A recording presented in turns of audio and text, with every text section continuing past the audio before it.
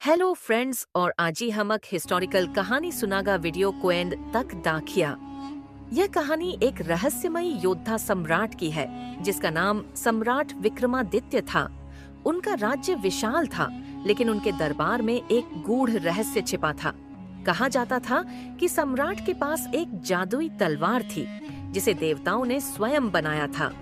इस तलवार की शक्ति से वह अपराजेय थे, लेकिन एक शर्त थी। अगर यह तलवार गलत हाथों में चली गई तो पूरा राज्य नष्ट हो सकता था। एक दिन पड़ोसी राज्य के क्रूर राजा जलाधर ने विक्रमादित्य के किले पर आक्रमण कर दिया। युद्ध भयानक था, लेकिन सम्राट की तलवार ने उनकी सेना को पराजित कर दिया। परंतु जब विक्रमादित्य अपने महल लौटे तो उन्हें एक गुप्त संदेश मिला। तुम्हारी तलवार अब तुम्हारी नहीं रही। दरबार में हड़कंप मच गया। अगले ही दिन महल के गुप्त तहखाने में तलवार गायब मिली। विक्रमादित्य को समझ आ गया कि यह किसी विश्वासघाती की करतूत थी। उन्होंने अपने सबसे बुद्धिमान मंत्री चाणक्य को बुलाया और इस रहस्य को सुलझाने का आदेश दिया। कई दिनों की जांच के बाद पता चला कि राजा जल ने एक गुप्त जासूस को भेजकर तलवार चोरी करवा ली थी। सम्राट विक्रमादित्य ने अपनी सबसे भरोसेमंद सेना को इकट्ठा किया और रात के अंधेरे में जलाधर के महल पर हमला बोल दिया। महल के भीतर घमासान युद्ध हुआ।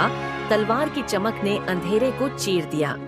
विक्रमादित्य ने जलाधर को हराया, लेकिन जैसे ही उन्होंने तलवार को छुआ, एक रहस्यमयी शक्ति जाग उठी। पूरा महल हिलने लगा और तलवार से अद्भुत ऊर्जा निकलने लगी।